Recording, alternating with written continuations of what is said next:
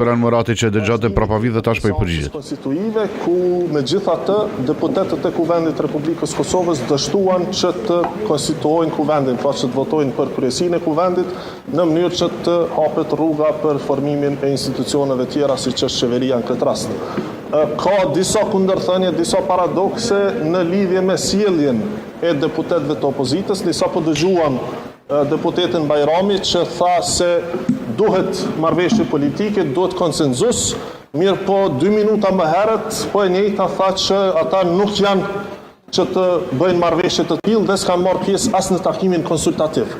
Pra kjo është sjellja nëse duam ta përkufizojmë në një fjali e opozitës aktuale.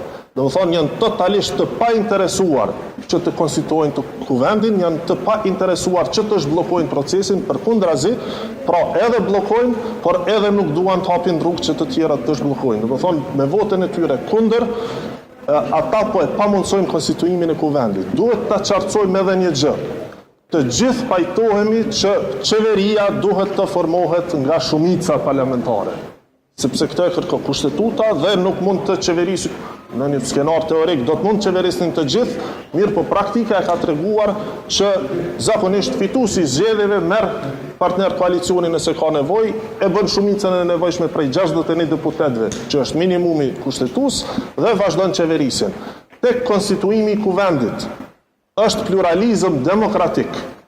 Pra është shtëpia e deputetëve përfaqësuesve të popullit, të cilët pra duhet ta konstituojnë Kuvendin. Dhe po të ishte ajo çfarë po pretendon opozita, që barra, përgjegjësia e formimit e konstituimit të Kuvendit i takon vetëm partisë fituese, atëherë do të kishim kryetarin dhe 5 nënkryetar të partisë fituese. Por fakti që kemi kryetarin që propozon partia fituese dhe pastaj nënkryetarët që përfaqësojnë